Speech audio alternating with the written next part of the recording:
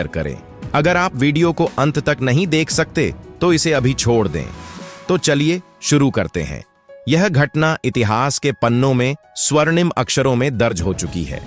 उत्तर Korea जैसे देश में, जहां विदेशी नेताओं को शायद ही कभी याद किया जाता है, बाबा साहेब अम्बेडकर को इस तरह सम्मानित करना उनके वैश्विक योगदान का जीवंत प्रमाण है। यह केवल एक श्रद्धांजलि नहीं थी, बल्कि दुनिया के सबसे बंद देश की ओर से समानता, स्वतंत्रता और बंधुत्व के मूल्यों को नमन था। किम जोंग उन ने इस अवसर पर एक संक्षिप्त लेकिन प्रभावशाली भाषण दिया। उन्होंने कहा, डॉक्टर भीमराव अंबेडकर केवल भारत के नहीं बल्कि पूरी मानवता के प्रेरणा स्रोत थे। उन्होंने सदियों पुराने अन्याय को चुनौती दी और एक ऐसा मार्ग दिखाया जो हर इंसान को सम्मान और गरिमा के साथ जीने का अधिकार देता है। आज हम उत्तर कोरिया में उनके आदर्शों को सलाम करते हैं।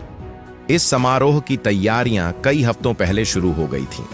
उत्तर कोरिया की सरकार ने भारतीय दूतावास से संपर्क कर बाबा साहेब के जीवन और उनके संघर्षों पर आधारित सामग्री मंगवाई। स्थानीय कलाकारों ने उनकी जीवन यात्रा को चित्रों और प्रदर्शनियों के माध्यम से जीवंत किया। सभागार में अंबेडकर जी के बचपन के संघर्ष, कोलंबिया विश्वविद्यालय में उनकी शिक्षा, भारत में सामाजिक क्रांति और संविधान निर्माण जैसे महत्वपूर्ण पड़ावों को खूबसूरती से दर्शाया गया। उत्तर कोरिया की जनता के लिए यह आयोजन एक अनोखा अनुभव था। जिन लोगों ने पहले कभी बाबा साहेब का नाम नहीं सुना था, वे भी उत्सुकता के साथ इस समारोह में शामिल हुए। स्कूलों और विश्वविद्यालयों में विशेष व्याख्यान आयोजित किए गए, जहां छात्रों को बताया गया कि कैसे अंबेडकर जी ने न केवल भारत बल्कि पूरे विश्व के लिए समानता और मानवाधिकारों की मिसाल कायम की। इस आयोजन ने पूरी दुनिया को आश्चर्यचकित कर दिया।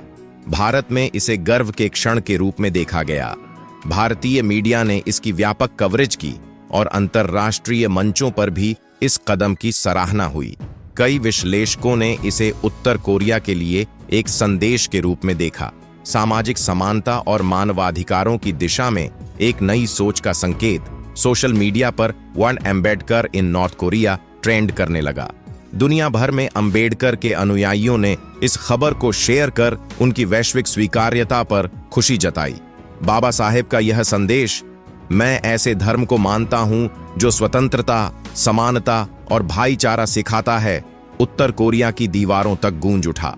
समारोह के समापन पर किम जोंग उन ने एक और महत्वपूर्ण घोषणा की। उन्होंने कहा कि उत्तर कोरिया के प्रमुख विश्वविद्यालयों में डॉक्टर अंबेडकर के जीवन और विचारों पर शोध कार्यक्रम शुरू किए जाएंगे, ताकि वहां के छात्र समानता, न्याय और मानवाधिकारों के वैश्विक आदर्शों को समझ सकें। यह आयोजन इस बात का प्रमाण था कि विचारों की शक्ति किसी सीमा, सरकार या हथियार से नहीं रोकी जा सकती। बाबा साहेब का सपना अब केवल भारत तक सीमित नहीं है, यह पूरे विश्व का सपना बन चुका है। भीमराव अंबेडकर का जन्म 14 अप्रैल 1891 को एक दलित परिवार में हुआ। बचपन से ही उन्हें भेदभाव और अपमान का सामना करना पड़ा, लेकिन उन्होंने शिक्षा को अपना हथियार बनाया। उन्होंने सामाजिक असमानता के खिलाफ आजीवन संघर्ष किया और भारत के संविधान के माध्यम से एक ऐसा दस्तावेज रचा जो हर नागरिक को समानता और स्वतंत्रता की गारंटी देता है। उनका संदेश था, उठो, पढ़ो, संघर्ष करो और एक बेहतर दुनिया बनाओ। आज उनका यह संदेश अमेरिका, कनाडा, जापान जैसे देशों में भी गूंज रहा है। बाबा साहेब केवल भारत के नहीं बल्कि पूरी मानवता के नायक हैं।